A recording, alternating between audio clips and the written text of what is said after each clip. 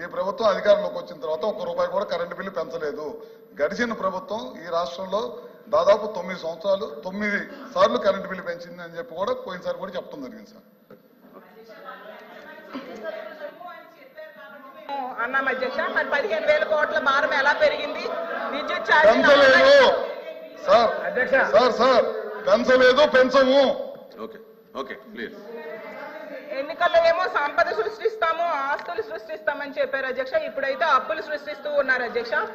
అలాగే తీసుకుంటే ఎన్నికల టైంలో మనం చూసాము అధ్యక్ష, అరచేతిలో స్వర్గం చూపించారు. ఈ రోజు చూస్తే ప్రజలైతే నరకం అయితే అనిపిస్తున్నారు అధ్యక్ష.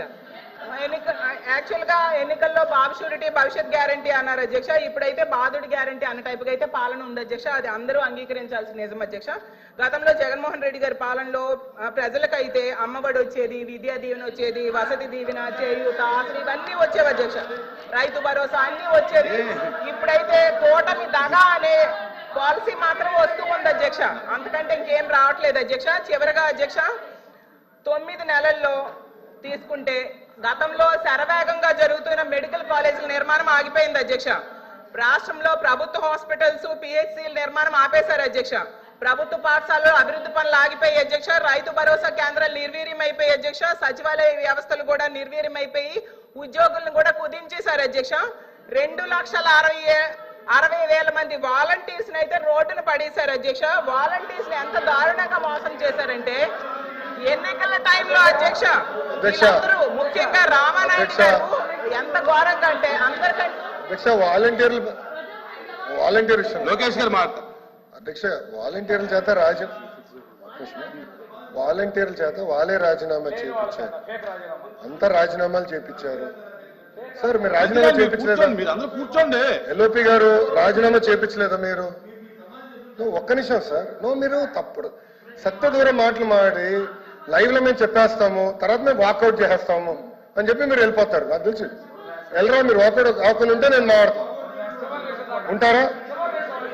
చివరి నిమిషం వరకు ఉంటేనే ఎందుకంటే అధ్యక్ష గత 2 సెషన్లు మీరే చూశారు. అట్లా వెళ్ళిపోతారు మళ్ళీ బయటికి, ఆ తలుపు నుంచే వాకౌట్ అంటారు. అధ్యక్ష ఏమవుతుందంటే అధ్యక్ష ప్రతి సెషన్ లో సత్య దూరం మాటలు మాడేసి సింపుల్ గా తప్పించుకుంటారు అధ్యక్ష. సో క్లారిఫికేషన్ ఇవ్వాల్సి వస్తుంది అధ్యక్ష.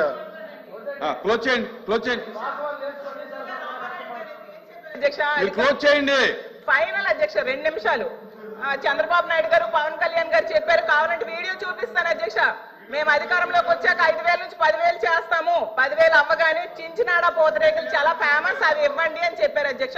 వాలంటీర్స్ నమ్మి ఓటేసే ముందు చించినాడ పూతరేకులు ఏమో ఆర్డర్ పెట్టేసి వెళ్ళి ఓటేసి వచ్చారు అధ్యక్ష. చూసేసరికి ఈ ప్రభుత్వం అధికారంలోకి వచ్చింది, ఉద్యోగాలన్నీ తీసేశారు అధ్యక్ష. భవిష్యత్తు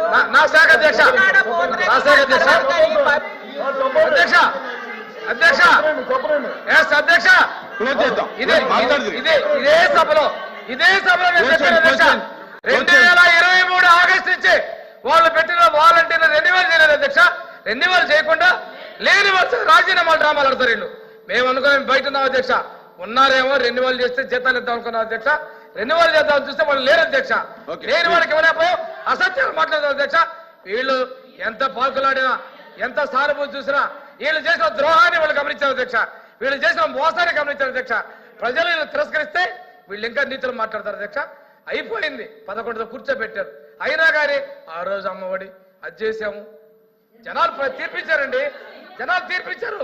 ప్రజా తీర్పులు గౌరవించండి మీరు. పేదరిక రహిత సమాజం పడుతున్నామని చెప్పారు అధ్యక్ష.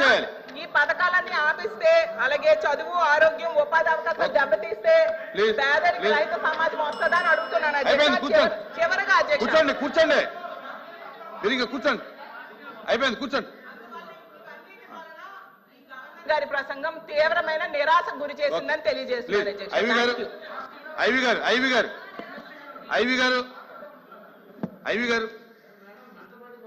అధ్యక్ష. 38 పేజీల గవర్నర్ ప్రసంగంలో స్పష్టత లేదని చెప్పి మా పీడిఎఫ్ కామెంట్. ఎన్నికల సందర్భంగా హామీలు ఇస్తున్నారు, అమలు మాత్రం